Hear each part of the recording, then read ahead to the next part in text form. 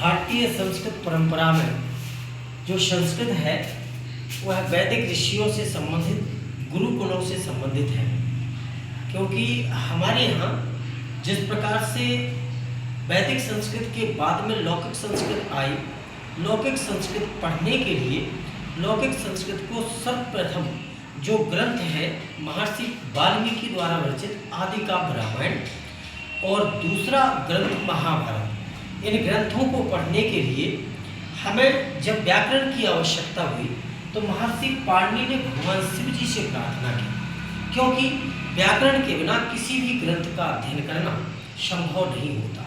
इस कारण से महर्षि पाणिनि ने जब भगवान शंकर से प्रार्थना की तो भगवान शंकर प्रसन्न होकर के तपस्या का फल प्रदान करते हुए भगवान शंकर ने महर्षि पाणिनि को 14 नाचते समय नाचने का अवसान, नृत्यावसान, जब उन्होंने भयंकर एक तांडव नृत्य किया तो उस वक्त नटराज राज ने लिखा है कि ननाद ढक्काम नौ पंचवार, नृत्यावसाने नटराज राजो ननाद ढक्काम नौ पंचवार, 9 5 14 बार ढक्का को बजाया, डमरू को बजाया और उद्धर तु कामः शनकादि सिद्धि एतद विमर्शे शिव सूत्र जाल, जो उनके भगवान शिव जी के डमरू से जो शिव सूत्र जाल प्राप्त हुआ वो माहेश सूत्र के नाम से जाना गया और शिव सूत्र जाल के नाम से भी दूसरे नाम से जाना जाता है।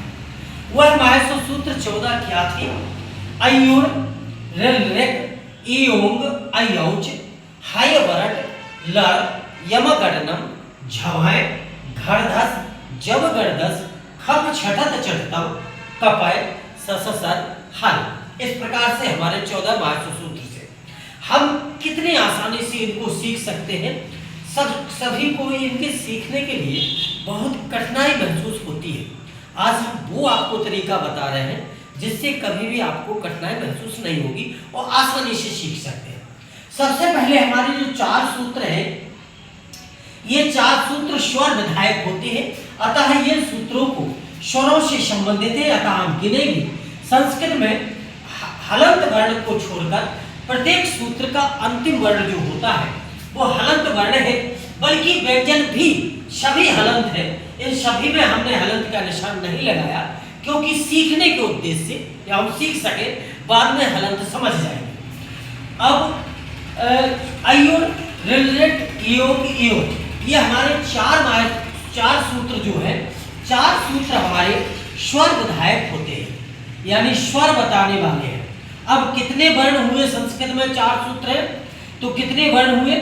कुल वर्णों की संख्या यानी कुल स्वरों की संख्या होती है, हमारी स्वर होते हैं 1 2 3 4 5 6 7 8 9, 9 स्वर हमारे संस्कृत वर्णमाला में वर्णित किए गए हैं।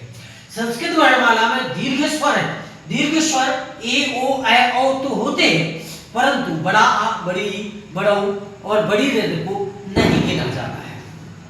आगे है वर्ण से हमारे व्यंजन प्रारंभ होते हैं। ये हमारे माहेश सूत्र के अनुसार, माहेश सूत्र अनुसार 4 सूत्र और व्यंजन 10 सूत्र हमारे व्यंजन विधायक होते हैं, अर्थात व्यंजन बताने वाले होते हैं। अतः कुल व्यंजनों की संख्या कितनी होती है आप गिनती कर सकते हैं। कुल व्यंजन संस्कृत में होते हैं 33 वर्ण, कुल 33 वर्ण होते हैं। कुल मिलाकर के संस्कृत वर्णमाला में 33 और 9 42 वर्ण होते हैं। हम सीख कैसे सकते हैं? हिंदी की जो वर्णमाला है उसको उच्चारण स्थान के आधार पर लिखी गई है। हिंदी के विद्वानों ने हिंदी की वर्णमाला उच्चारण स्थान के आधार पर लिखी। किस तरह से? सबसे पहले कंठ हमारा उच्चारण स्थान होता है, उसके बाद तालु हमारा उच्चारण स्थान होता है, तालु के बाद मूर्धा और मूर्धा के बाद दंत होते हैं और दंत के बाद ओष्ठ होते हैं। हिंदी की वर्णमाला कंठ के आधार पर क ख ग घ इस तरह से लिखी गई, तालु के आधार पर च छ ज झ लिखी गई, इस तरह से लिखी गई। मूर्धा वाले में त ठ ड ढ इस तरह से वर्ण लिखे गए, दंत में त थ द ध इस तरह से वर्ण लिखे गए, ओष्ठ में प पतंग वाले वर्ण लिखे गए, प फ आदि वर्ण लिखे गए। ये हिंदी की वर्णमाला जो है वो उच्चारण स्थान के आधार पर व्यवस्थित है। उच्चारण स्थान के आधार पर व्यवस्थित है। उच्चारण स्थान के आधार पर व्यवस्थित है, परंतु संस्कृत की वर्णमाला उच्चारण स्थान पर नहीं है। सर्वप्रथम संस्कृत वर्णमाला में हर वर्ग का, प्रत्येक वर्ग का, जो हमारे क वर्ग, चा वर्ग, टा वर्ग, ता वर्ग, पा वर्ग होते हैं, प्रत्येक वर्ग का पंचम वर्ण व्यवस्थित किया गया है। हर वर्ग का यह पांचवा वर्ण होते हैं। हमारे 5 वर्ण हैं और यहाँ पर प्रत्येक वर्ण 5 वर्ण पूरे हो गए हैं, पांचों वर्गों के पंचम वर्ण हो गए। इसके बाद हमारा वर्णमाला हर वर्ण या वर्ग का चतुर्थ वर्ण प्रारंभ होता है। ये चतुर्थ वर्ण प्रारंभ हुआ और 5 वर्गों की 4 चतुर्थ वर्ण हमारे पूरे हो जाते हैं। इसके बाद हमारे वर्णमाला से तृतीय वर्ण प्रारंभ होता है, तीसरा वर्ण। हर वर्ग का ये तीसरा वर्ण है। पांचों वर्गों के 3 तीसरे वर्ण व्यवस्थित किए गए हैं। फिर यहाँ से दूसरा वर्ण व्यवस्थित किया गया, 5 तक।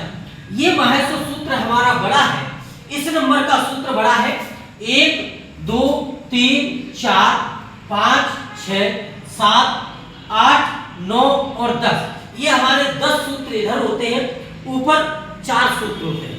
यहां से प्रथम वर्ण प्रारंभ हो गया, पहला प्रत्येक वर्ग का पहला वर्ण, और यहां तक प्रथम वर्ण चल रहा है। यहां तक प्रथम वर्ण चलेगा तो 5 हमारे प्रथम वर्ण, हर वर्ग का प्रथम वर्ण आ गया। इसके बाद लास्ट में अंतस्थ व्यंजनों का प्रयोग किया गया है और प्रारंभ में केवल हमारे प्रारंभ में अंतस्थ व्यंजनों का वर्णन और अंत में ऊष्म व्यंजन व्यवस्थित किए गए हैं।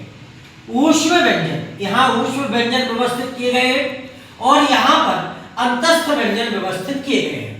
अंतस्थ व्यंजन, इस तरह से संस्कृत की वर्णमाला महर्षि सूत्रानुसार बनती है। हम आसानी से क्यों सीख सकते हैं? यदि हम हर वर्ग का प्रथम वर्ण व्यवस्थित कर लें तो हम आसानी से इसको सीख सकते हैं कि जैसे ही हमने पढ़ना शुरू किया यमं गणनम, तो हमें ध्यान आ जाए कि क्या हमने 5 वर्ण बोल दिए हैं, हर वर्ग का 5 वर्ण बोल लिया गया है। बोले या, म, या, ड़ा, ना, बिल्कुल ठीक बोल लिया गया, इसलिए हमारा यमं गणनम सूत्र पूरा हो जाता है। झा भा यह एक सूत्र ये है और दूसरा सूत्र घ ढ धा, ये 5 वर्ण मिलकर के हर वर्ग का चतुर्थ वर्ण हमें प्राप्त हो जाता है। अब हम देखते हैं कि पहले स्वर वाले सूत्र, फिर अंतस्थ व्यंजन, इसके बाद सभी व्यंजन और अंत में ऊष्म व्यंजन के आधार पर हमारे 42 वर्ण होते हैं। एक ट्रिक इसके आधार पर हम सीख सकते हैं कि यदि संस्कृत वर्णमाला में 42 वर्ण होते हैं तो 42 ही प्रत्याहारों के वर्णन किया गया है। 42 प्रत्याहार भी संस्कृत में माने गए हैं। 42 प्रत्याहार, इसके प्रत्याहार का अर्थ होता है दो वर्णों का समूह है। 2 वर्णों का समूह जो होता है वो प्रत्याहार है। और प्रथम वर्ण जो हमारा अच जैसा वर्ण, अक जैसा प्रत्याहार होता है, तो ये 2 वर्णों का समूह है। प्रथम वर्ण हमें कहता है कि किस स्थान से चलना है। अंतिम हलंत वर्ण हमको हर सूत्र का अंतिम हलंत वर्ण हो सकता है। यदि वो सूत्र अंतिम का यदि दूसरे सूत्र में प्राप्त हो गया तो हमें आ से लेकर के का तक के वर्ण ही अक प्रत्याहार के वर्ण माने जाएंगे। जैसे आ से प्रारंभ हम करेंगे तो अक के वर्ण में छोटा, छोटी और छोटा लिखा जाएगा। इसके बाद ऋ लिखा जाएगा और का लिरी लिखा जाएगा। का हलंत वर्ण नहीं लिखा जाएगा, एड़ा हलंत वर्ण नहीं लिखा जाएगा, क्योंकि हलंत वर्ण जो होते हैं वो केवल और केवल प्रत्याहार का अंतिम वर्ण बनाने के लिए प्रयोग होते हैं। ये प्रत्याहार का अंतिम वर्ण निश्चित है। प्रत्याहार का कहीं से भी उठाया जा सकता, प्रारंभ का वर्ण किसी स्थान से लिया जा सकता, लेकिन अंतिम दूसरा अक्षर जो होगा प्रत्याहार का वो सुनिश्चित है कि वो महर्षि सूत्र के अंतिम हलंत वर्ण में से ही कहीं से होगा, किसी और जगह से नहीं, मध्य से नहीं। तो हम अक के वर्ण प्राप्त कर लेते हैं। इस तरह से हमारे 42 प्रत्याहार होते हैं। यदि हम देखें हम देखेंगे इसके आधार पर आ से रा तक अड़, या से का तक अक, आ से या तक अंग, आ से चा तक अच। इस तरह से हम बहुत सारे प्रत्याहार प्राप्त कर सकते हैं।